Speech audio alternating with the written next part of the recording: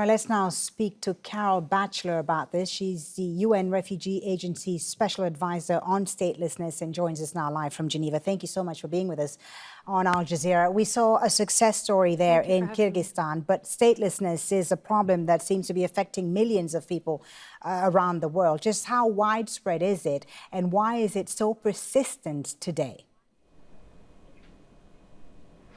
Well, every country in the world has to decide which people are in the body of citizens, which people are members, if you like, of the country. And so each country faces the risk that they might overlook someone, that someone might be marginalized. And we unfortunately continue to see this, not least because stateless people themselves often live in the shadows. They don't have a legal identity.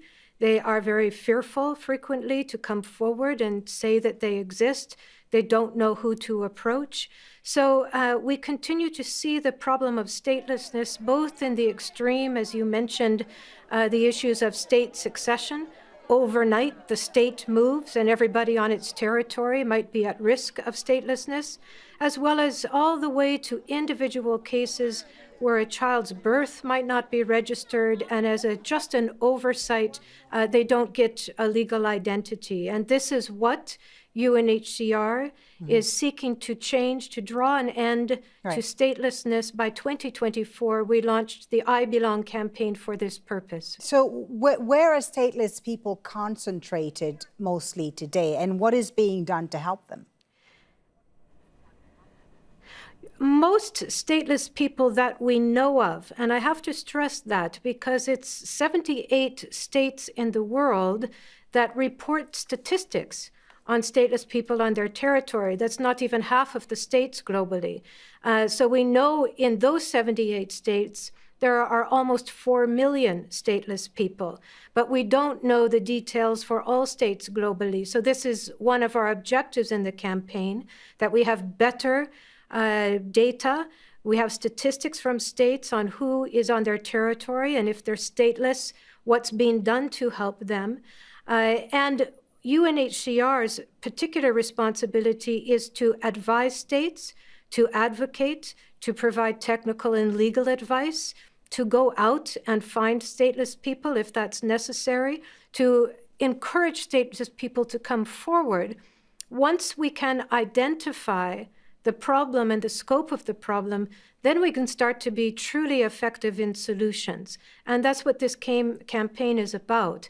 I'm pleased to say that some states have removed gender discrimination from their nationality laws so that women can convey their nationality to their children.